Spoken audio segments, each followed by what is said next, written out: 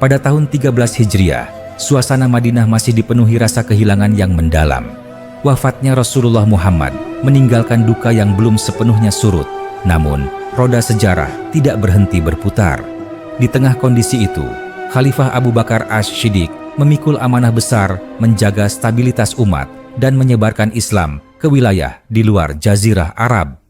Salah satu wilayah yang menjadi perhatian utama adalah Syam, sebuah kawasan luas yang berada di bawah kekuasaan Romawi Timur, penuh kota-kota tua, jalur dagang penting, dan benteng-benteng kokoh. Abu Bakar memahami bahwa menghadapi Romawi tidak bisa dilakukan dengan emosi atau keberanian semata. Ia membutuhkan pemimpin yang tidak gegabah, tidak silau oleh kemenangan cepat, dan tidak tergoda oleh kekuasaan. Maka dipanggillah Yazid bin Abi Sufyan, seorang Quraisy yang dikenal pendiam, berwajah tenang, dan memiliki kebiasaan berpikir panjang sebelum bertindak. Ketika Yazid menghadap, Abu Bakar menatapnya lama lalu berkata, "Aku memilihmu bukan karena keturunanmu, tetapi karena ketenanganmu. Engkau akan memimpin pasukan menuju Syam. Jangan engkau menyakiti rakyatnya, jangan engkau hancurkan ladang mereka, dan jangan engkau bertindak tanpa pertimbangan." Yazid mendengarkan dengan saksama. Ia lalu menjawab, "Aku memahami beratnya amanah ini. Demi Allah, aku tidak akan melangkah sebelum menimbang akibatnya. Aku akan menjadikan keselamatan kaum muslimin sebagai prioritas." Sejak saat itu, Yazid resmi menjadi salah satu panglima awal penaklukan Syam.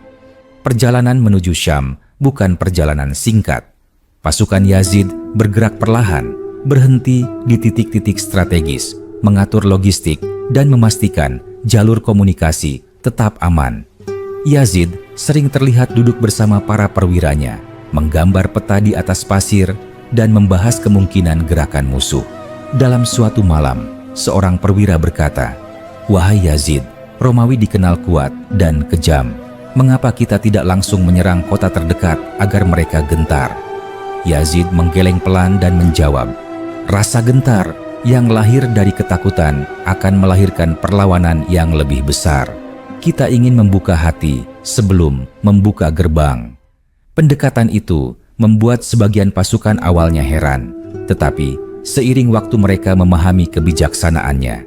Yazid tidak pernah memerintahkan serangan tanpa data yang jelas. Ia mengirim utusan untuk mengamati kebiasaan pasukan Romawi, waktu pergantian penjagaan, dan kondisi moral mereka. Ia juga membuka dialog dengan penduduk setempat yang merasa tertindas oleh pajak tinggi dan perlakuan tidak adil. Banyak di antara mereka yang diam-diam memberikan informasi penting. Pada akhir tahun 13 Hijriah, berita wafatnya Abu Bakar sampai ke telinga Yazid. Kepemimpinan umat Islam berpindah kepada Umar bin Al-Khattab. Sebagian panglima khawatir akan dicopot, tetapi Umar justru mempertahankan Yazid. Dalam pesannya, Umar menyampaikan bahwa ia menghargai kehati-hatian Yazid dan tidak menginginkan kemenangan yang dibayar dengan darah yang berlebihan. Tahun demi tahun berlalu. Pada tahun 14 dan 15 Hijriah, pasukan Islam mulai meraih keberhasilan di berbagai titik di Syam. Yazid tetap konsisten dengan strateginya. Ia tidak mengejar kejayaan pribadi. Ketika sebuah kota memilih menyerah dan berdamai, Yazid menepati perjanjian, melindungi gereja, dan menjamin keselamatan penduduknya. Sikap ini membuat namanya dikenal sebagai panglima yang adil. Di bawah komandonya terdapat adiknya sendiri, Muawiyah bin Abi Sufyan. Namun, Yazid tidak pernah memanjakan Muawiyah. Ia memperlakukannya sama seperti perwira lain. Dalam sebuah percakapan yang sering diceritakan kembali oleh para sejarawan Islam, Yazid berkata kepada Muawiyah, "Jangan engkau sandarkan langkahmu pada hubungan darah. Jika engkau salah, aku akan menegurmu seperti yang lain." Muawiyah menjawab, "Itulah yang aku harapkan darimu, karena keadilan lebih aku butuhkan daripada kedekatan." Hubungan mereka dibangun di atas saling menghormati, bukan ambisi. Yazid sering meminta Muawiyah mengurus administrasi dan diplomasi karena kepandaiannya berbicara dan bernegosiasi. Namun keputusan akhir tetap berada di tangan Yazid. Ia tidak pernah merasa terancam oleh kecakapan adiknya. Baginya, keberhasilan pasukan adalah keberhasilan bersama. Pada tahun 16 Hijriah, Damaskus dan wilayah sekitarnya mulai berada di bawah kendali Islam. Yazid ditunjuk sebagai pemimpin wilayah tersebut. Ia tinggal sederhana, tidak membangun istana, dan sering berjalan sendiri di pasar untuk mendengar langsung keluhan rakyat. Jika menemukan ketidakadilan yang dilakukan tentaranya, ia menegur tanpa pandang bulu. Dalam suatu kesempatan, ia berkata kepada pasukannya, "Kita datang membawa amanah, bukan untuk menjadi penindas baru." Namun, takdir berkata lain. Pada tahun 18 Hijriah, wabah besar melanda wilayah Syam. Wabah Taun Amwas menyebar cepat, menyerang tua dan muda, rakyat dan tentara. Yazid termasuk orang yang terjangkit. Tubuhnya melemah, tetapi pikirannya tetap jernih. Ia memanggil para perwira dan meminta laporan terakhir tentang kondisi pasukan. Setelah itu, ia meminta Muawiyah datang secara pribadi. Ketika Muawiyah masuk ke tendanya, ia melihat kakaknya terbaring lemah. Yazid memandangnya lama lalu berkata dengan suara pelan, "Wahai Muawiyah, Allah telah memberiku kesempatan memimpin, dan kini ia mengambilnya kembali. Pasukan ini tidak boleh tanpa arah. Aku memilihmu untuk melanjutkan amanah ini." Muawiyah terdiam, matanya berkaca-kaca. Ia menjawab, "Aku tidak pernah mempersiapkan diri untuk menggantikanmu. Engkau lebih pantas memimpin." Yazid tersenyum dan berkata, "Kepantasan bukan ditentukan oleh usia hidup, tetapi oleh kesiapan memikul tanggung jawab." Penyerahan kepemimpinan itu dilakukan secara terbuka dan tenang. Tidak ada perlawanan, tidak ada bisik-bisik perebutan kekuasaan. Para perwira menerima keputusan itu karena mereka melihat ketulusan Yazid dan kemampuan Muawiyah. Peristiwa ini menjadi contoh langka dalam sejarah militer, ketika kekuasaan berpindah tanpa darah dan tanpa ambisi pribadi. Beberapa hari kemudian, Yazid bin Abi Sufyan wafat pada tahun 18 Hijriah, bertepatan dengan tahun 639 Masehi. Ia wafat bukan di istana, bukan di medan perang yang gemilang, tetapi di tengah wabah sebagai seorang hamba yang telah menunaikan amanahnya. Ia dimakamkan di tanah Syam, wilayah yang ia masuki dengan kehati-hatian dan tinggalkan dengan stabilitas. Para sejarawan Islam mencatat kisahnya dengan penuh hormat. Muhammad bin Jarir Ats-Tsabari menuliskan perannya dalam sejarah penaklukan Syam. Ibnu Katsir mengabadikan kisah wafatnya dalam Al-Bidayah wa An-Nihayah. Al-Baladzuri menyebutkan kebijaksanaannya dalam Futuh Al-Buldan. Ibnu Asakir menuliskan riwayatnya dalam Tarikh Dimashq. Riwayat tentang wabah Taun Amwas juga dikuatkan oleh hadits sahih dalam Syahih Al-Bukhari dan Syahih Muslim yang menjelaskan prinsip Islam dalam menghadapi wabah. Kisah Yazid bin Abi Sufyan adalah kisah tentang kepemimpinan yang sunyi, tidak bising oleh propaganda, tetapi kuat oleh etika. Ia mengajarkan bahwa panglima sejati bukan hanya yang mampu menaklukkan wilayah, tetapi yang mampu menaklukkan dirinya sendiri, menahan ambisi, dan menyerahkan kekuasaan tanpa rasa kehilangan. Kisah ini terus hidup, diceritakan dari generasi ke generasi, sebagai pengingat bahwa dalam Islam, kekuatan selalu berjalan berdampingan dengan akhlak. Setelah wafatnya Yazid bin Abi Sufyan pada tahun 18 Hijriah, suasana di perkemahan pasukan Islam di Syam diliputi kesedihan yang dalam. Wabah masih mengintai, dan setiap hari terdengar kabar orang-orang yang menyusul pergi. Namun, di tengah duka itu, keputusan Yazid sebelum wafat telah memberi arah yang jelas. Pasukan tidak tercerai-berai, tidak pula sibuk memperdebatkan siapa yang paling berhak memimpin. Mereka telah melihat sendiri bagaimana amanah diserahkan dengan tenang dan penuh kesadaran. Muawiyah bin Abi Sufyan berdiri di hadapan para perwira dan prajurit. Wajahnya tampak lebih dewasa dari sebelumnya. Ia berkata dengan suara yang berusaha tetap stabil, "Aku tidak berdiri di sini karena ambisi. Aku berdiri karena amanah yang dititipkan oleh kakakku. Jika aku menyimpang, ingatkan aku. Jika aku zalim, luruskan aku." Kata-kata itu mengingatkan banyak orang pada sikap Yazid dan mereka menerima kepemimpinan Muawiyah dengan hati yang relatif tenang. Kabar wafatnya Yazid sampai ke Madinah. Umar bin Al-Khattab terdiam lama ketika mendengarnya. Ia mengenal Yazid sebagai panglima yang tidak banyak bicara, tetapi hasil kerjanya nyata. Dalam sebuah majelis, Umar berkata kepada para sahabat, "Semoga Allah merahmati Yazid. Ia memimpin tanpa tergesa-gesa dan pergi tanpa meninggalkan fitnah." Umar kemudian mengukuhkan Muawiyah sebagai pemimpin wilayah Syam, bukan semata-mata karena hubungan keluarga, tetapi karena kelanjutan administrasi dan stabilitas yang sudah terjaga. Wabah tahun Amwas akhirnya mereda, meninggalkan bekas yang mendalam di hati kaum muslimin. Banyak panglima dan sahabat wafat, dan pengalaman pahit itu menjadi pelajaran besar tentang keterbatasan manusia.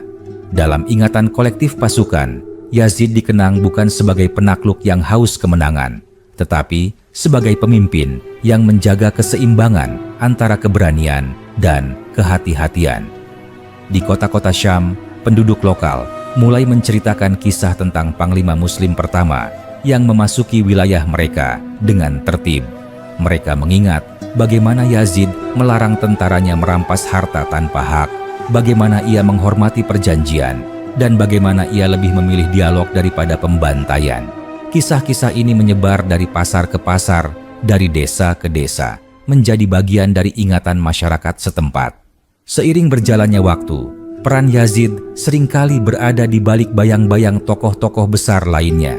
Namun, para sejarawan Islam tidak mengabaikannya. Mereka menulis bahwa tanpa fondasi awal yang dibangun dengan hati-hati oleh Yazid, stabilitas Syam mungkin tidak akan tercapai dengan cepat. Ia adalah orang yang membuka jalan, sementara orang lain melanjutkan perjalanan di atas jalan itu. Dalam lingkaran kecil para ulama dan penuntut ilmu, kisah Yazid sering dijadikan contoh etika kepemimpinan. Mereka menekankan bagaimana ia tidak mempertahankan jabatan hingga nafas terakhir demi nama atau kehormatan pribadi. Ia memilih memastikan bahwa pasukan dan wilayah yang dipimpinnya tidak terjerumus ke dalam kekosongan kekuasaan. Sikap ini dipandang sebagai bentuk kecerdasan spiritual dan kedewasaan politik.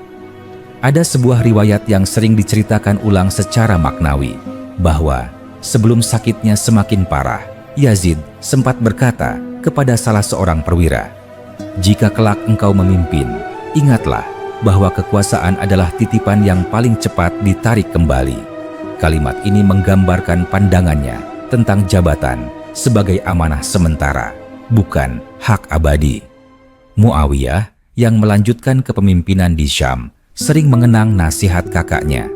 Dalam beberapa kebijakan awalnya, tampak jelas pengaruh Yazid, terutama dalam kehati-hatian menghadapi Romawi dan dalam membangun hubungan dengan penduduk lokal. Dengan demikian, meskipun Yazid telah wafat, cara berpikir dan nilai-nilainya tetap hidup dalam kebijakan penerusnya. Sejarah Islam awal mencatat bahwa penaklukan bukan hanya soal kemenangan militer, tetapi juga soal bagaimana kemenangan itu dikelola.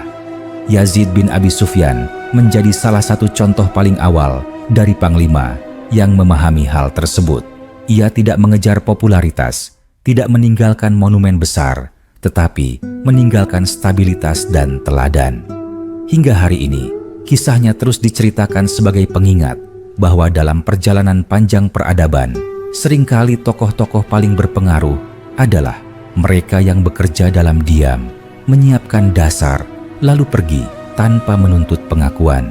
Yazid adalah salah satu dari mereka, seorang panglima awal penaklukan Syam yang wafat dalam wabah, namun hidup dalam ingatan sejarah Islam sebagai simbol etika militer dan kerendahan hati dalam kekuasaan.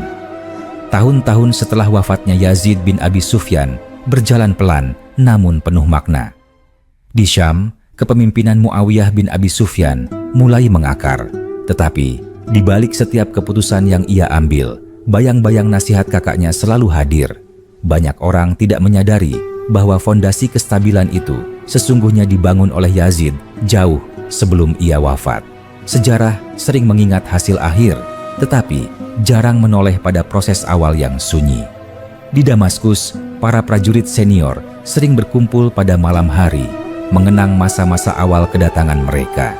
Salah seorang dari mereka berkata, "Andai Yazid masih hidup, ia pasti akan menasihati kita untuk tidak tergesa-gesa memperluas wilayah." Prajurit lain menimpali, ia selalu berkata bahwa wilayah bisa direbut, tetapi hati manusia harus dijaga.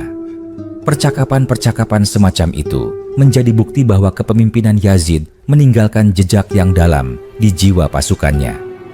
Muawiyah sendiri pernah berkata kepada seorang pembantunya pada tahun 19 Hijriah, "Aku mewarisi wilayah yang stabil, bukan karena kekuatanku, tetapi karena kehati-hatian orang sebelumku."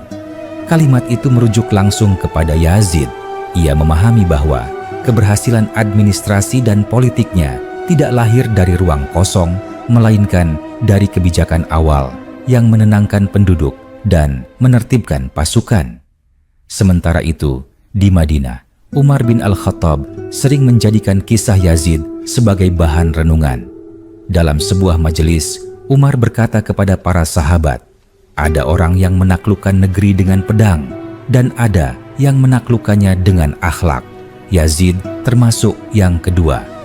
Perkataan ini diriwayatkan secara makna oleh para sejarawan yang mencatat pandangan Umar terhadap para panglimanya.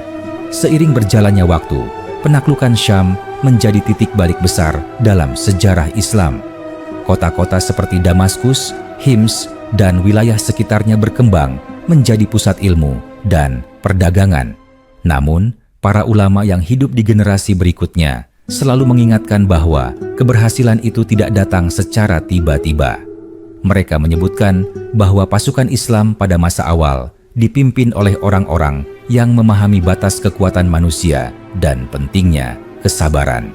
Dalam majelis ilmu di Damaskus, pada dekade-dekade berikutnya, para guru sering menceritakan kisah wabah tahun Amwas.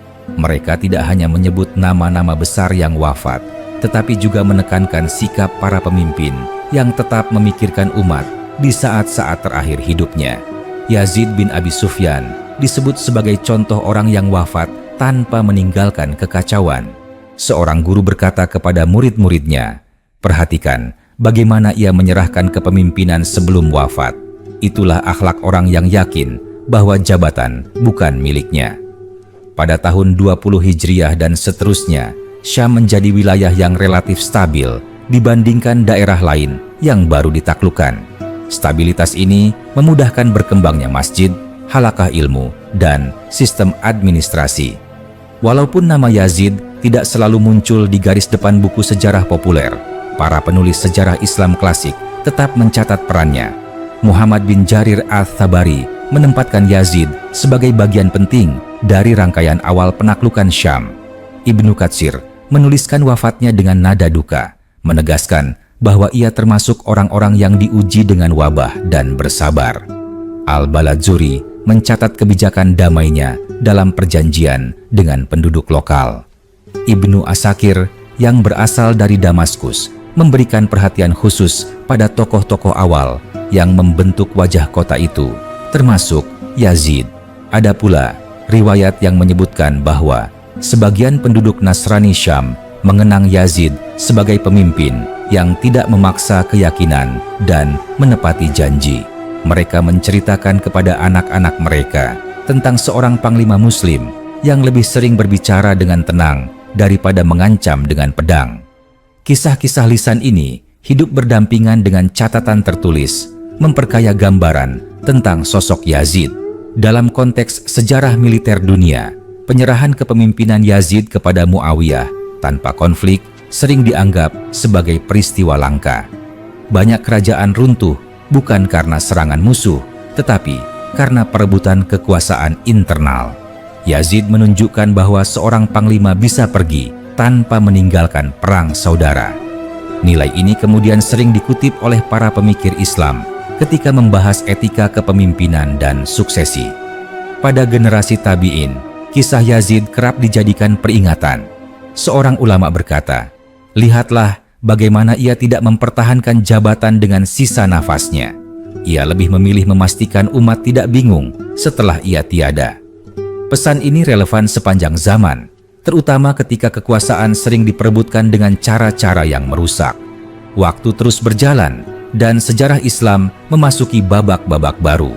Namun, kisah Yazid bin Abi Sufyan tetap berdiri sebagai fondasi moral dari penaklukan Syam.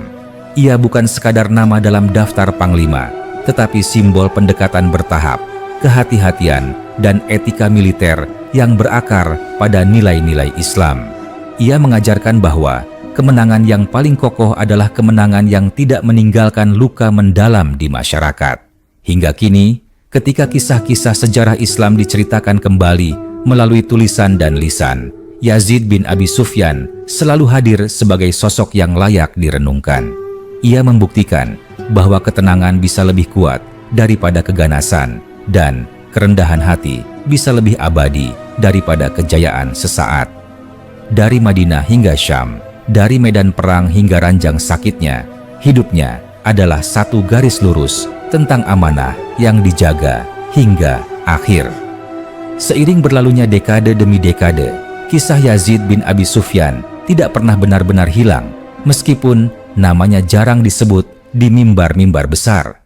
Ia hidup dalam ingatan orang-orang yang memahami bahwa sejarah tidak hanya dibentuk oleh mereka yang memerintah paling lama, tetapi juga oleh mereka yang meletakkan dasar paling kokoh.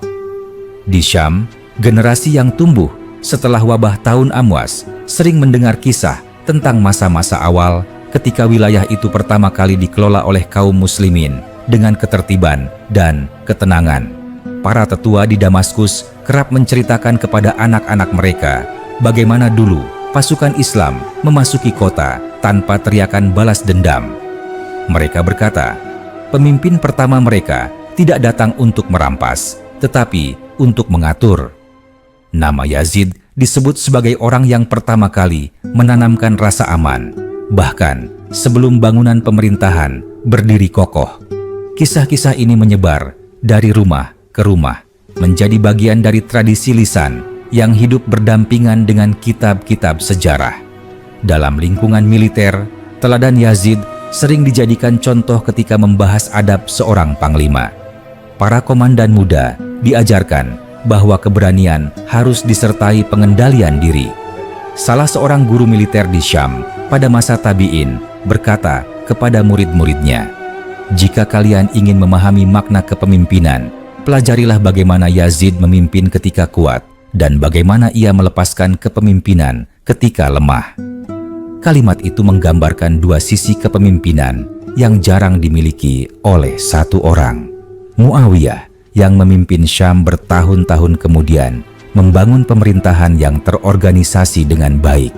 Banyak kebijakan awalnya mengikuti garis besar yang telah ditetapkan Yazid, terutama dalam menjaga hubungan dengan penduduk lokal dan memastikan pasukan tidak bertindak sewenang-wenang. Dalam beberapa kesempatan, Muawiyah menyebutkan kepada orang-orang terdekatnya bahwa ia belajar satu pelajaran terpenting dari kakaknya, yaitu bahwa stabilitas lebih berharga daripada kemenangan sesaat. Di Madinah, para sahabat yang masih hidup sering mengenang masa penaklukan Syam sebagai masa ujian kesabaran. Mereka menyebut Yazid sebagai orang yang tidak banyak menulis surat membanggakan diri, tetapi selalu mengirim laporan jujur tentang kondisi pasukan. Umar bin Al-Khattab dikenal menghargai kejujuran semacam itu.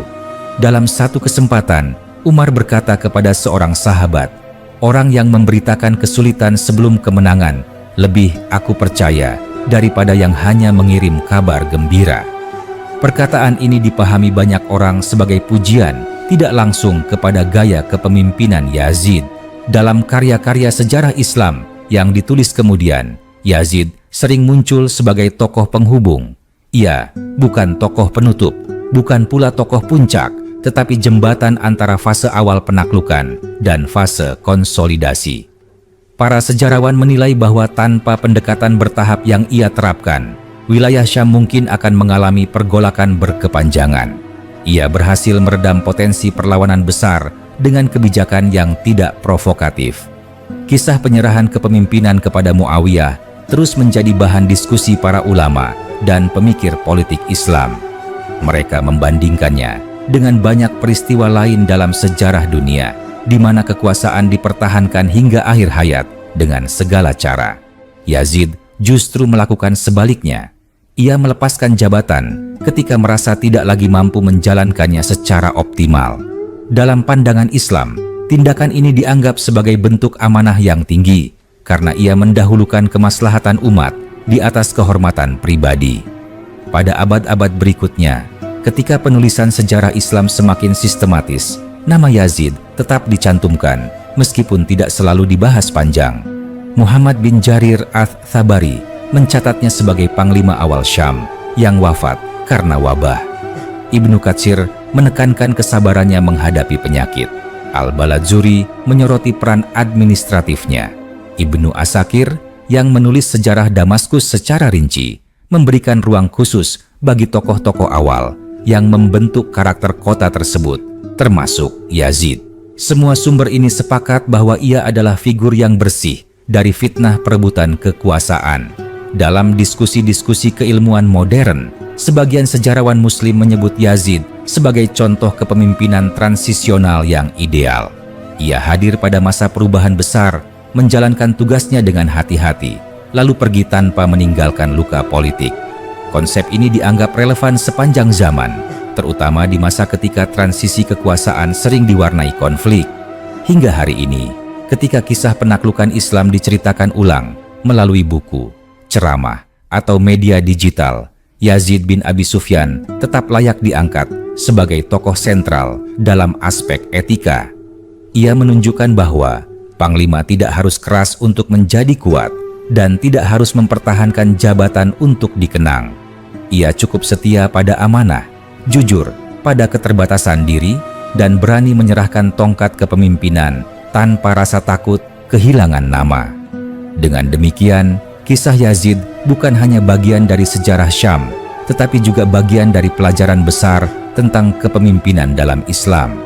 Dari awal penaklukan, masa stabilisasi, hingga detik-detik terakhir hidupnya, ia menampilkan satu benang merah yang jelas, yaitu kehati-hatian, tanggung jawab, dan kerendahan hati.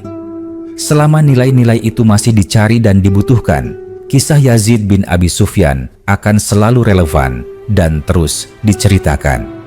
Waktu terus bergerak, dan Syam perlahan berubah menjadi salah satu jantung dunia Islam. Di balik perubahan besar itu, nama Yazid bin Abi Sufyan tetap hadir sebagai bayangan tenang yang jarang dibicarakan dengan suara keras, tetapi selalu dirasakan pengaruhnya. Para penuntut ilmu yang datang ke Damaskus pada generasi-generasi berikutnya sering mendengar kisah tentang masa awal ketika wilayah ini belum stabil, ketika pasukan masih belajar menahan diri, dan ketika seorang pemimpin memilih berjalan pelan agar tidak tergelincir. Di sebuah majelis sederhana di pinggir Damaskus, seorang tua yang pernah menjadi prajurit di masa awal penaklukan duduk dikelilingi anak-anak muda. Salah seorang dari mereka bertanya, "Apakah benar pemimpin pertama kalian tidak pernah memaksa penduduk?" Orang tua itu mengangguk dan berkata, "Ia berkata kepada kami, jika mereka hidup aman di bawah keadilan, maka kemenangan sudah berada di tangan kita." Anak-anak muda itu terdiam, membayangkan masa ketika pedang tidak selalu menjadi jawaban pertama. Cerita lain beredar tentang bagaimana Yazid sering bangun sebelum fajar, berjalan di sekitar perkemahan, memastikan penjagaan berjalan baik tanpa menakut-nakuti pasukan. Pernah suatu malam ia mendengar dua prajurit berbincang dengan suara pelan.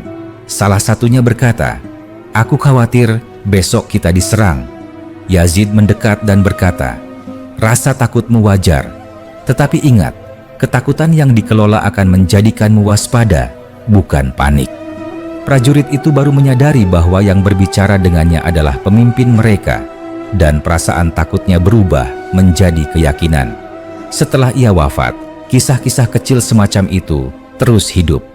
Tidak tertulis di laporan resmi, tidak tercantum dalam daftar kemenangan, tetapi diwariskan dari mulut ke mulut. Banyak orang kemudian memahami bahwa kekuatan Yazid justru terletak pada hal-hal yang tidak terlihat, yaitu kemampuannya menjaga moral pasukan dan menenangkan wilayah yang baru memasuki fase perubahan besar. Dalam perjalanan sejarah Islam selanjutnya, konflik dan perebutan kekuasaan memang tidak terelakkan. Namun, setiap kali terjadi pergolakan, para ulama dan pemikir sering mengingatkan tentang contoh kepemimpinan yang pernah ada. Mereka menyebut seseorang yang menyerahkan kekuasaan tanpa pertikaian, yang wafat tanpa meninggalkan kekacauan. Nama Yazid disebut bukan untuk dibandingkan secara langsung, tetapi untuk mengingatkan bahwa pilihan etis selalu ada, bahkan di masa paling sulit. Di Syam sendiri, dampak pendekatan awal Yazid terasa hingga lama.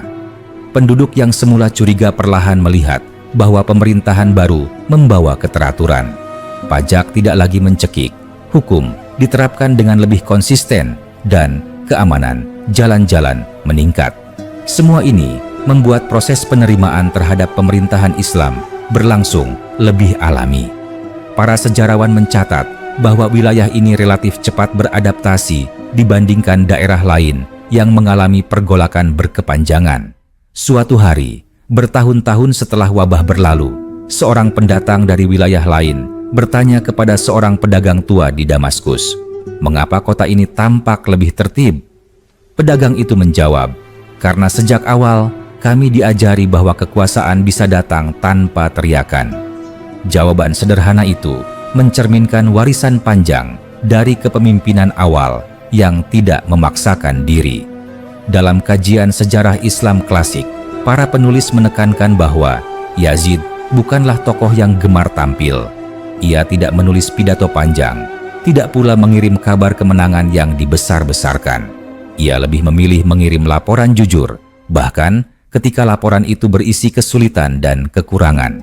Sikap ini membuat para pemimpin pusat memahami kondisi lapangan secara nyata dan mengambil keputusan yang lebih tepat. Ada pula kisah tentang bagaimana Yazid menolak diperlakukan istimewa oleh pasukannya. Ketika seorang prajurit menawarkan tempat istirahat yang lebih nyaman, ia berkata, "Jika pasukan tidur di tanah, aku pun cukup di tanah." Ucapan itu menyebar cepat dan menjadi simbol kesetaraan yang ia jaga. Bagi pasukan, pemimpin seperti itu lebih mudah diikuti daripada pemimpin yang memisahkan diri. Seiring waktu, generasi berganti, dan Syam berkembang menjadi pusat ilmu, budaya, dan pemerintahan. Namun di balik bangunan-bangunan megah yang muncul kemudian, ada lapisan sejarah yang lebih awal, yang dibangun dengan kesabaran. Yazid adalah bagian dari lapisan itu. Ia tidak meninggalkan bangunan fisik, tetapi meninggalkan pola pikir, yaitu bahwa kekuasaan harus dijalankan dengan kehati-hatian dan ditinggalkan dengan kehormatan.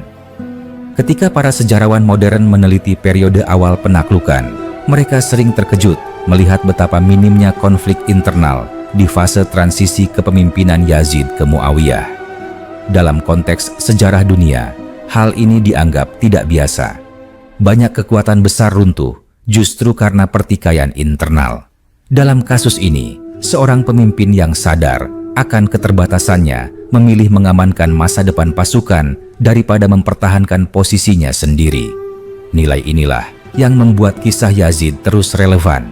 Ia mengajarkan bahwa keberanian sejati tidak hanya terlihat di medan perang, tetapi juga di saat seseorang berani mundur demi kebaikan yang lebih besar. Dalam pandangan Islam, tindakan semacam ini bukan kelemahan, melainkan kekuatan yang jarang dimiliki. Hingga hari ini, ketika orang membaca kembali sejarah penaklukan Syam, kisah Yazid bin Abi Sufyan berdiri sebagai pengingat bahwa awal yang tenang seringkali menentukan akhir yang stabil. Ia mungkin tidak dikenang dengan sorak-sorai, tetapi namanya tertulis dalam hati mereka yang menghargai etika, kesabaran, dan amanah. Selama nilai-nilai itu masih dibutuhkan, selama manusia masih mencari contoh kepemimpinan yang tidak rakus akan kuasa, kisahnya akan terus diceritakan, disambung, dan dihidupkan kembali oleh generasi demi generasi. Hari demi hari berlalu, dan ingatan tentang Yazid bin Abi Sufyan perlahan menjelma menjadi semacam standar tak tertulis bagi kepemimpinan di Syam. Ia bukan figur yang diagungkan dengan syair-syair panjang, tetapi disebut dengan nada hormat yang tenang. Orang-orang yang pernah hidup sezamannya memahami bahwa ketenangan wilayah yang mereka rasakan bukanlah kebetulan, melainkan hasil dari keputusan-keputusan kecil yang diambil dengan penuh kehati-hatian pada masa awal. Di suatu musim panas, bertahun-tahun setelah penaklukan, sekelompok musafir dari Irak singgah di Damaskus. Mereka heran melihat bagaimana pasar berjalan tertib dan tentara tidak mengganggu pedagang. Salah seorang musafir berkata kepada penjaga pasar, "Kami mendengar Syam dulu adalah wilayah yang keras dan penuh pajak." Penjaga itu menjawab, "Dulu memang begitu. Tetapi ketika orang-orang Islam datang pertama kali, pemimpin mereka mengajarkan bahwa ketertiban lebih kuat daripada ancaman." Tanpa disadari, ia sedang merujuk pada kebijakan awal Yazid, meskipun namanya tidak disebut secara langsung. Di kalangan ulama, kisah Yazid sering dijadikan ilustrasi tentang makna amanah. Mereka menjelaskan bahwa amanah bukan hanya menerima tanggung jawab, tetapi juga mengetahui kapan harus menyerahkannya. Seorang guru berkata kepada murid-muridnya, "Ada orang yang jatuh karena mempertahankan jabatan, dan ada orang yang selamat karena melepaskannya. Yazid termasuk yang kedua." Murid-murid itu mencatat kalimat tersebut bukan sebagai kutipan sejarah semata, tetapi sebagai prinsip hidup. Di sisi lain, Muawiyah yang memimpin setelahnya sering dihadapkan pada tantangan politik yang lebih besar. Namun, stabilitas awal yang diwarisi membuatnya mampu fokus pada penguatan administrasi dan pertahanan. Dalam banyak keputusan strategisnya, terlihat kesinambungan dengan pendekatan Yazid, terutama dalam menghadapi Romawi yang masih menjadi ancaman di utara. Pendekatan bertahap, diplomasi yang cermat, dan penguatan internal menjadi ciri khas yang terus dipertahankan. Ada sebuah kisah yang beredar di kalangan masyarakat Syam tentang seorang pemuda yang bercita-cita menjadi pemimpin. Ia bertanya kepada ayahnya, "Bagaimana aku tahu bahwa aku siap memimpin?" Sang ayah menjawab, "Jika engkau siap menyerahkan kepemimpinan, ketika engkau tidak mampu lagi, maka mungkin engkau siap menerimanya." Jawaban itu lahir dari pengalaman generasi yang pernah menyaksikan langsung sikap Yazid di saat-saat terakhir hidupnya. Dalam penulisan sejarah Islam selanjutnya, para penulis sering menghadapi dilema. Tokoh seperti Yazid tidak meninggalkan banyak peristiwa dramatis. Tidak ada perebutan kekuasaan, tidak ada pemberontakan besar, tidak ada konflik internal yang menghebohkan. Namun, justru ketiadaan drama itulah yang menunjukkan keberhasilannya. Sejarah mencatatnya dengan nada yang lebih datar, tetapi pembaca yang jeli akan memahami betapa sulitnya menciptakan transisi tanpa gejolak. Di perpustakaan-perpustakaan Damaskus, manuskrip-manuskrip tua disalin dan disimpan. Di antara catatan-catatan itu, nama Yazid muncul sebagai bagian dari kronik awal. Para penyalin sering menuliskan bahwa ia wafat karena wabah, sebuah akhir yang mengingatkan manusia akan keterbatasan dirinya. Tidak ada kesan bahwa ia dilindungi oleh jabatan atau kekuasaan dari takdir. Ia wafat sebagaimana rakyat biasa wafat, dan hal itu justru menambah wibawa moral kisah hidupnya. Dalam percakapan sehari-hari, orang-orang Syam kadang menyebut masa awal penaklukan sebagai masa penenangan. Mereka mengatakan bahwa pada masa itu, pasukan belajar mengendalikan diri sebelum wilayah benar-benar dikuasai. Sikap ini berakar dari perintah dan teladan Yazid yang tidak membiarkan kemenangan kecil berubah menjadi kesombongan besar. Ia selalu mengingatkan bahwa musuh terbesar seorang pasukan adalah rasa aman yang berlebihan. Ada pula cerita tentang seorang perwira muda yang pernah ditegur langsung oleh Yazid karena bersikap kasar kepada penduduk. Yazid berkata kepadanya, "Jika engkau ingin ditaati, belajarlah menghormati." Perwira itu kemudian dikenal sebagai pemimpin yang lembut namun tegas. Kisah ini diceritakan kembali sebagai contoh bahwa satu kalimat yang tepat bisa mengubah arah hidup seseorang. Seiring berjalannya waktu, nilai-nilai yang ditanamkan Yazid tidak hanya memengaruhi Syam, tetapi juga menjadi referensi bagi wilayah lain.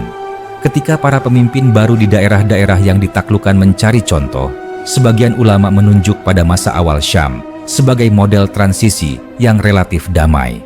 Mereka menekankan bahwa model tersebut lahir dari kepemimpinan yang tidak terburu-buru dan tidak rakus akan pengakuan. Dalam konteks sejarah panjang umat Islam, Yazid bin Abi Sufyan mungkin bukan tokoh yang paling sering disebut, tetapi ia adalah salah satu yang paling konsisten dalam menjaga garis lurus antara kekuasaan dan akhlak. Ia datang pada masa yang penuh ketidakpastian, memimpin dengan kesadaran akan risiko, dan pergi dengan ketenangan yang jarang terjadi. Ia tidak meninggalkan pesan tertulis yang panjang, tetapi tindakannya menjadi pesan yang lebih kuat daripada kata-kata. Ketika orang-orang modern membaca kembali kisah-kisah ini, mereka mungkin terkejut bahwa etika militer seperti itu pernah ada dan dijalankan secara nyata. Dalam dunia yang sering memuliakan kekuatan tanpa batas, kisah Yazid menawarkan sudut pandang lain, bahwa kekuatan yang paling berpengaruh justru sering bekerja dalam diam.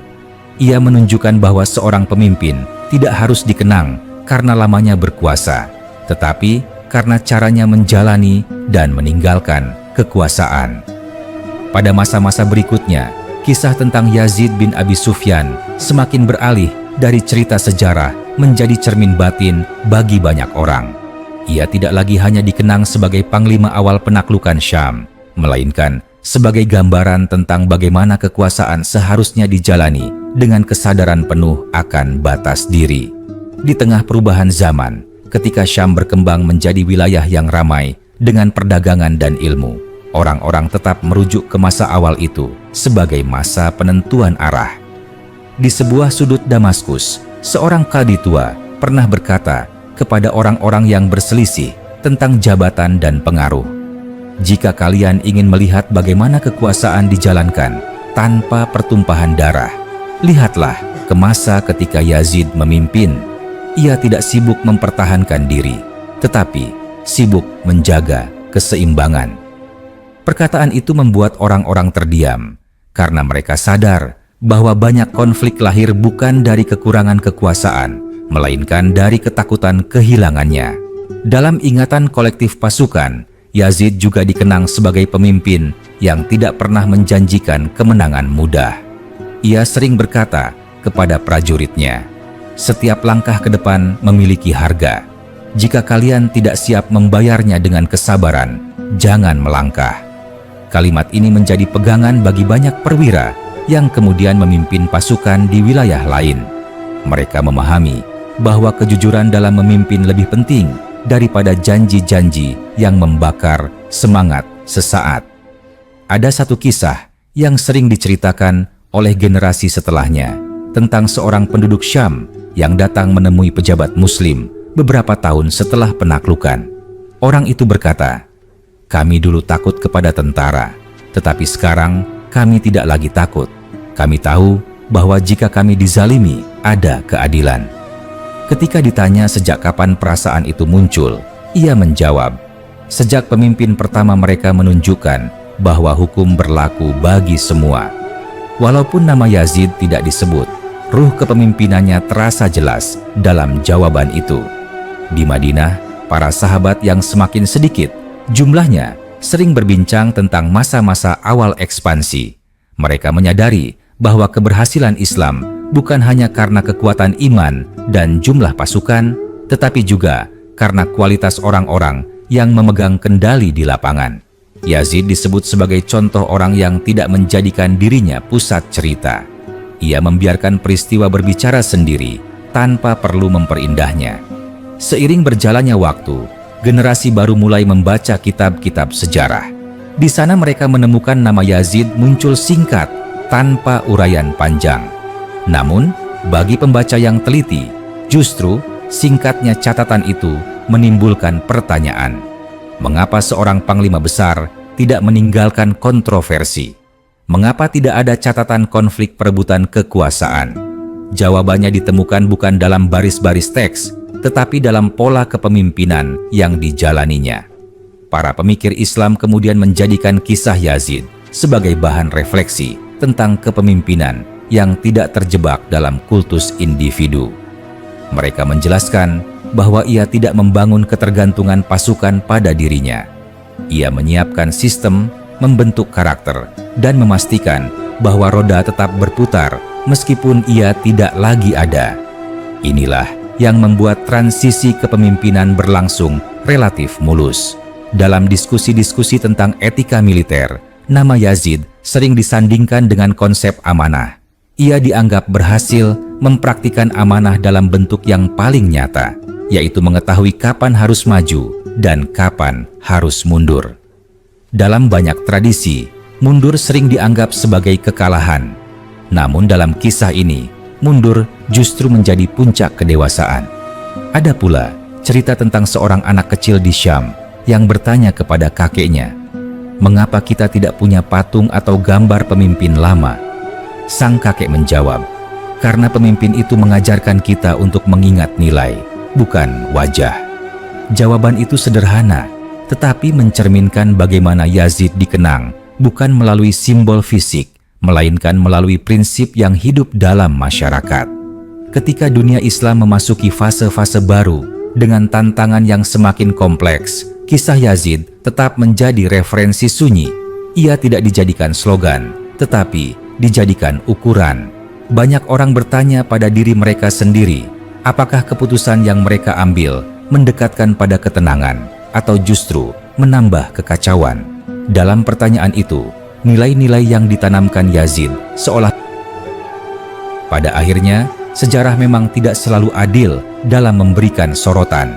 Namun, keadilan sejarah sering muncul dalam bentuk lain, yaitu keberlanjutan pengaruh. Yazid bin Abi Sufyan mungkin tidak memenuhi halaman-halaman panjang dengan kisah heroik, tetapi ia memenuhi ruang batin sejarah Islam dengan contoh yang kokoh. Ia hadir sebagai pengingat bahwa awal yang baik membutuhkan kesabaran dan akhir yang baik membutuhkan keikhlasan. Pada tahap berikutnya, ketika generasi yang tidak pernah bertemu langsung dengan Yazid bin Abi Sufyan mulai memegang peran penting dalam masyarakat Syam, kisah tentangnya berubah menjadi semacam tolok ukur batin. Orang-orang mungkin tidak lagi mengingat wajahnya, tetapi mereka mengenali pola kepemimpinan yang ia tinggalkan. Pola itu terasa dalam cara pejabat berbicara kepada rakyat, dalam cara tentara berinteraksi dengan penduduk, dan dalam cara keputusan besar diambil tanpa kegaduhan yang tidak perlu. Di suatu pagi yang tenang, seorang pemuda yang baru diangkat menjadi pengelola urusan pasar mendatangi seorang ulama tua untuk meminta nasihat. Ia berkata, "Aku takut membuat keputusan yang salah dan dimusuhi banyak orang." Ulama itu menjawab dengan suara pelan, "Takutlah jika keputusanmu melahirkan ketidakadilan. Jika keputusanmu adil, biarlah manusia berbicara. Ingatlah bagaimana pemimpin awal Syam berjalan." Pemuda itu mengerti bahwa yang dimaksud adalah Yazid, meskipun namanya tidak diucapkan. Ia pun pulang dengan hati yang lebih mantap. Dalam kehidupan sehari-hari, nilai kehati-hatian yang diajarkan Yazid tampak dalam kebiasaan bermusyawarah. Para pemimpin lokal jarang mengambil keputusan sepihak. Mereka berkumpul, mendengar berbagai pendapat, dan mempertimbangkan dampak jangka panjang. Kebiasaan ini berakar dari masa awal, ketika Yazid tidak pernah merasa cukup dengan satu sudut pandang. Ia selalu bertanya, selalu mendengar, dan selalu memberi ruang bagi pertimbangan lain. Ada pula kisah tentang seorang tentara yang pernah bertugas di bawah Yazid, lalu hidup hingga usia lanjut. Ketika ditanya cucunya tentang pengalaman perang, ia tidak menceritakan pertempuran sengit atau kemenangan besar. Ia justru berkata, "Yang paling aku ingat adalah saat pemimpin kami berkata bahwa darah manusia lebih berat daripada ambisi." Cucu itu terdiam, menyadari bahwa pelajaran terbesar sering datang dari kata-kata yang sederhana. Seiring berkembangnya ilmu pengetahuan di Syam, para penulis dan pengajar mulai menekankan pentingnya fase awal dalam pembentukan peradaban. Mereka menulis bahwa bangunan besar tidak akan berdiri kokoh jika fondasinya rapuh. Dalam konteks Syam, fondasi itu adalah masa awal penaklukan yang dijalankan dengan kesabaran. Yazid disebut sebagai salah satu penopang utama fondasi tersebut. Di kalangan sufi dan pencari jalan spiritual, kisah Yazid juga memiliki tempat tersendiri. Mereka melihatnya sebagai contoh orang yang tidak terikat pada dunia meskipun memegang kekuasaan. Ia tidak memandang jabatan sebagai tujuan, melainkan sebagai ujian. Ketika ujian itu terasa terlalu berat karena penyakit, ia tidak memaksakan diri. Ia memilih melepaskan dengan keyakinan bahwa Allah tidak menilai seseorang dari lamanya ia berkuasa, tetapi dari kejujuran niatnya. Dalam diskusi-diskusi panjang tentang sejarah kepemimpinan, sering muncul pertanyaan, mengapa Yazid tidak berusaha mempertahankan posisinya hingga akhir hayat? Jawaban yang diberikan oleh para ulama adalah bahwa ia memahami makna tanggung jawab secara utuh. Baginya, bertahan dalam kondisi lemah bukanlah keteguhan, melainkan potensi kezaliman. Dengan menyerahkan kepemimpinan lebih awal, ia menjaga agar keputusan-keputusan besar tetap diambil oleh orang yang sehat dan mampu. Ada sebuah dialog yang sering diceritakan ulang secara maknawi tentang saat-saat terakhir Yazid. Dikisahkan bahwa seorang perwira berkata kepadanya, "Engkau akan dikenang sebagai pemimpin besar." Yazid menjawab, "Aku hanya berharap dikenang sebagai orang yang tidak menambah beban umat."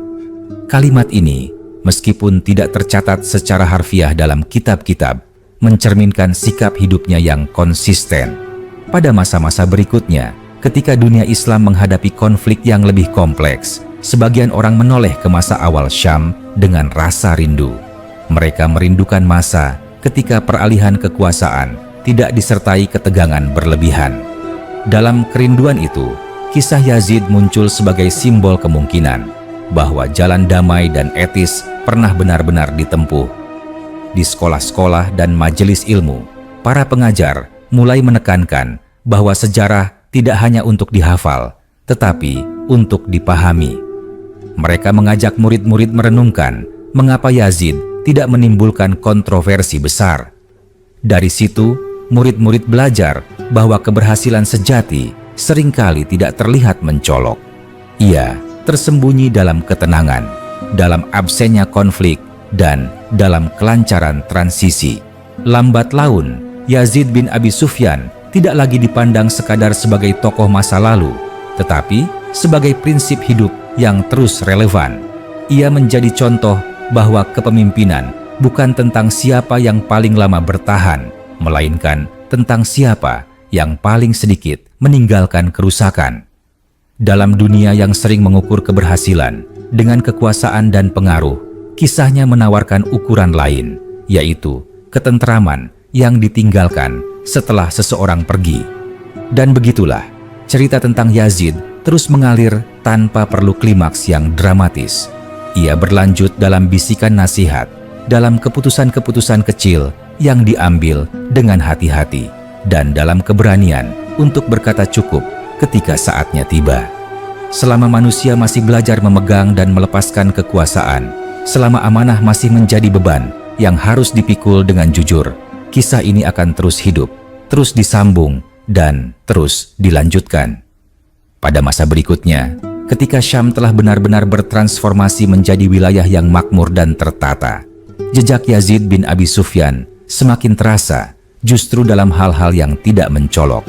Ia hadir dalam kebiasaan para pemimpin yang berhati-hati berbicara, dalam keputusan yang tidak diambil secara tergesa-gesa, dan dalam sikap menahan diri ketika peluang untuk memperbesar kekuasaan terbuka lebar.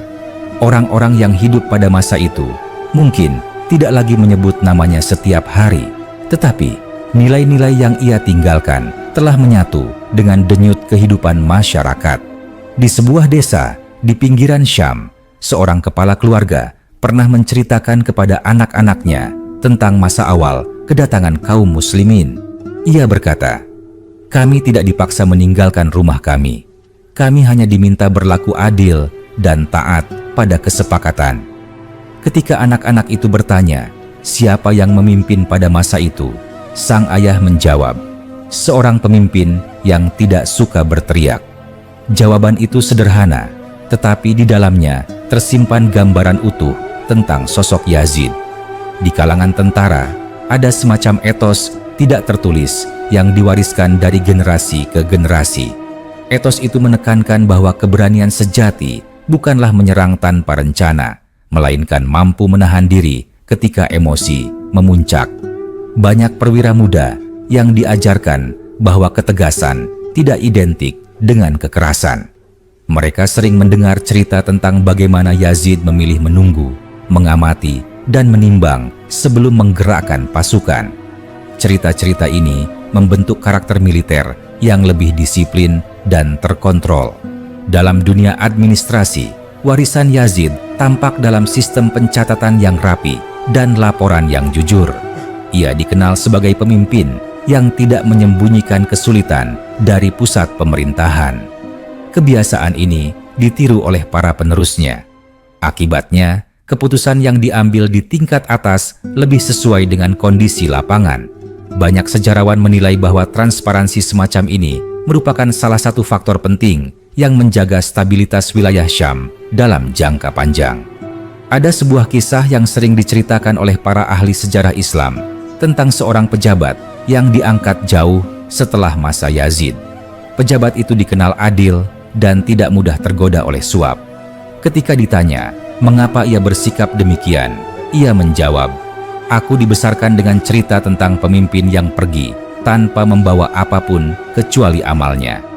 Meskipun tidak menyebut nama, jelas bahwa yang dimaksud adalah Yazid. Kisah ini menunjukkan bagaimana teladan moral bisa melintasi waktu dan memengaruhi orang-orang yang bahkan tidak pernah hidup sezaman. Dalam kajian-kajian tentang wabah tahun Amwas, para ulama sering menyoroti sisi kemanusiaan para pemimpin yang wafat pada masa itu. Yazid disebut sebagai salah satu contoh orang yang menghadapi penyakit dengan kesadaran penuh akan takdir. Ia tidak menggunakan posisinya untuk mencari perlindungan khusus, tidak pula melanggar prinsip-prinsip yang ia yakini.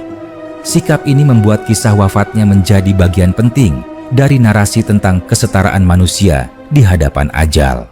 Di madrasah-madrasah yang tumbuh kemudian, para guru sejarah sering mengajak murid-murid mereka merenung.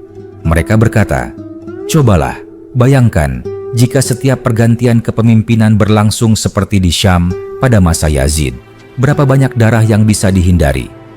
Pertanyaan ini tidak dimaksudkan untuk membandingkan secara dangkal, melainkan untuk membuka kesadaran bahwa pilihan etis selalu tersedia, meskipun tidak selalu diambil. Dalam percakapan para pemikir politik Islam, kisah Yazid sering muncul sebagai contoh kepemimpinan yang tidak berorientasi pada kultus individu. Ia tidak membangun citra diri yang berlebihan. Ia membiarkan sistem dan nilai berbicara. Hal ini membuat kepemimpinannya tidak rapuh. Ketika ia pergi, struktur yang ada tetap berdiri. Inilah salah satu ciri kepemimpinan yang matang, yaitu tidak menciptakan ketergantungan pada. Ada pula kisah tentang seorang penyair yang ingin menulis syair panjang tentang para panglima. Ketika sampai pada nama Yazid, ia berhenti dan berkata, "Bagaimana aku menulis tentang orang yang tidak mencari pujian?"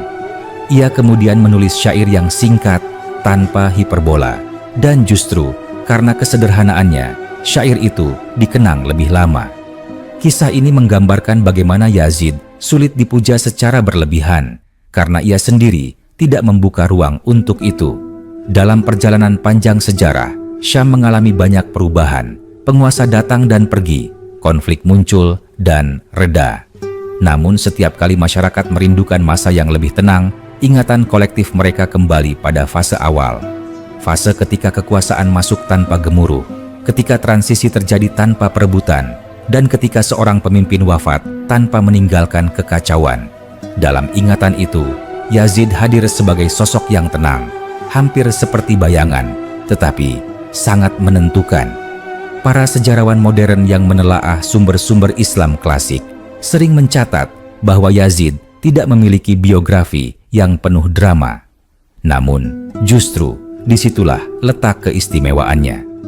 Sejarahnya bersih dari intrik besar, bersih dari konflik internal, dan bersih dari ambisi pribadi yang berlebihan. Ini membuatnya menjadi contoh yang sulit ditiru karena menuntut kedewasaan dan pengendalian diri yang tinggi. Ketika orang-orang hari ini membaca kembali kisah-kisah tersebut, mereka mungkin bertanya-tanya, apakah kepemimpinan semacam itu masih mungkin? Kisah Yazid tidak memberikan jawaban langsung, tetapi memberikan harapan. Ia menunjukkan bahwa manusia pernah memilih jalan itu, dan karena itu, jalan itu selalu mungkin dipilih kembali. Pada masa-masa selanjutnya, ketika Syam semakin dikenal sebagai wilayah yang berpengaruh dalam dunia Islam, orang-orang mulai menoleh ke belakang dengan kesadaran yang lebih jernih. Mereka menyadari bahwa ketenangan yang mereka warisi bukanlah hadiah yang datang tiba-tiba, melainkan buah dari keputusan-keputusan awal yang diambil dengan penuh kehati-hatian. Dalam kesadaran itu, nama Yazid bin Abi Sufyan kembali disebut, bukan sebagai tokoh yang diagungkan, tetapi sebagai rujukan moral yang diam-diam membentuk arah perjalanan sejarah. Di sebuah majelis kecil, seorang ulama muda pernah membaca catatan sejarah tentang masa awal penaklukan Syam. Ia berhenti sejenak, lalu berkata kepada murid-muridnya, "Perhatikan bahwa tidak semua pemimpin besar meninggalkan cerita besar. Ada yang justru meninggalkan ketenangan, dan itu lebih sulit dicapai." Murid-murid itu mencatat kalimat tersebut karena mereka mulai memahami bahwa keberhasilan tidak selalu hadir dalam bentuk yang mencolok. Di kalangan masyarakat awam, kisah Yazid hidup dalam bentuk cerita sederhana. Seorang ibu berkata kepada anaknya, "Jika kelak engkau memimpin orang lain, ingatlah bahwa pemimpin pertama di negeri ini tidak meninggalkan kemarahan." Anak itu mungkin tidak sepenuhnya mengerti, tetapi pesan itu tertanam perlahan. Begitulah cara nilai berpindah dari satu generasi ke generasi berikutnya tanpa perlu diumumkan secara resmi. Para ahli sejarah yang meneliti dokumen-dokumen lama sering terkejut menemukan betapa sedikitnya konflik internal yang tercatat pada masa transisi kepemimpinan Yazid. Mereka membandingkannya dengan periode lain yang penuh pergolakan, lalu menyimpulkan bahwa ketenangan itu bukan kebetulan. Ia lahir dari kesiapan seorang pemimpin untuk tidak memusatkan segalanya pada dirinya sendiri. Yazid tidak menciptakan kekosongan ketika ia pergi, karena sejak awal ia tidak menempatkan dirinya sebagai satu-satunya poros. Dalam kehidupan sehari-hari, etika yang ia tanamkan tercermin dalam kebiasaan menyelesaikan masalah dengan dialog. Ketika terjadi perselisihan antara penduduk dan aparat, orang-orang teringat pada masa awal ketika pemimpin pertama lebih memilih mendengar daripada mengancam. Pola ini menjadi semacam warisan budaya yang sulit dihapus karena telah terbukti menjaga ketertiban tanpa menimbulkan ketakutan berlebihan. Ada pula kisah tentang seorang pejabat yang menolak memperpanjang masa jabatannya ketika merasa tidak lagi mampu. Ia berkata kepada orang-orang terdekatnya, "Aku belajar dari sejarah bahwa melepaskan jabatan tepat waktu lebih baik daripada mempertahankannya dengan paksa." Orang-orang yang mendengar perkataan itu tahu bahwa pelajaran tersebut bersumber dari kisah Yazid, meskipun namanya tidak disebutkan. Dalam kajian-kajian tentang kepemimpinan Islam, kisah Yazid sering dijadikan contoh bahwa kekuasaan adalah sarana, bukan tujuan. Ia tidak memanfaatkan posisinya untuk mengukuhkan keluarga atau memperkaya diri. Ia fokus pada tugas yang diembannya, lalu pergi ketika tugas itu tidak lagi bisa ia jalankan secara optimal. Sikap ini dianggap sebagai bentuk kejujuran tertinggi terhadap diri sendiri dan terhadap umat. Seiring waktu, dunia berubah, tantangan baru muncul, dan manusia menghadapi persoalan yang berbeda. Namun, esensi kepemimpinan tetap sama. Ketika orang-orang merasa lelah oleh konflik dan perebutan pengaruh, mereka kembali mencari contoh yang menenangkan. Disitulah kisah Yazid bin Abi Sufyan menemukan relevansinya kembali. ia tidak menawarkan solusi instan, tetapi menawarkan sikap batin yang jernih. Dalam banyak diskusi, para pemikir menekankan bahwa Yazid tidak pernah mengklaim dirinya sebagai teladan. Justru karena itulah ia menjadi teladan. Ia tidak mengajar dengan pidato panjang, tetapi dengan keputusan-keputusan yang konsisten. Ia tidak meninggalkan wasiat yang rumit, tetapi meninggalkan situasi yang tertata. Dalam dunia yang sering dipenuhi kata-kata, teladan semacam ini terasa lebih kuat. Hingga kini, kisah Yazid terus berjalan seiring perjalanan umat. Ia tidak memiliki penutup yang tegas, karena pengaruhnya tidak berhenti pada satu masa. Setiap kali seseorang memilih menahan diri daripada memaksakan kehendak, setiap kali seorang pemimpin memilih menyerahkan jabatan demi kebaikan bersama, di sanalah semangat Yazid hidup kembali. Kisahnya bukan tentang kejayaan yang dipamerkan, tetapi tentang amanah yang dijaga hingga akhir. Pada lapisan waktu yang lebih jauh, ketika nama-nama besar silih berganti memenuhi lembaran sejarah, kisah Yazid bin Abi Sufyan justru menemukan bentuknya yang paling matang. Ia tidak lagi hadir sebagai tokoh individual semata, tetapi sebagai pola pikir yang menyusup ke dalam kesadaran kolektif. Seperti udara yang tidak terlihat namun dirasakan, pengaruhnya menjadi bagian dari cara orang memandang kekuasaan, tanggung jawab, dan batas diri. Di Syam, para penulis hikayat sering memulai kisah mereka bukan dari masa kejayaan, melainkan dari masa penataan.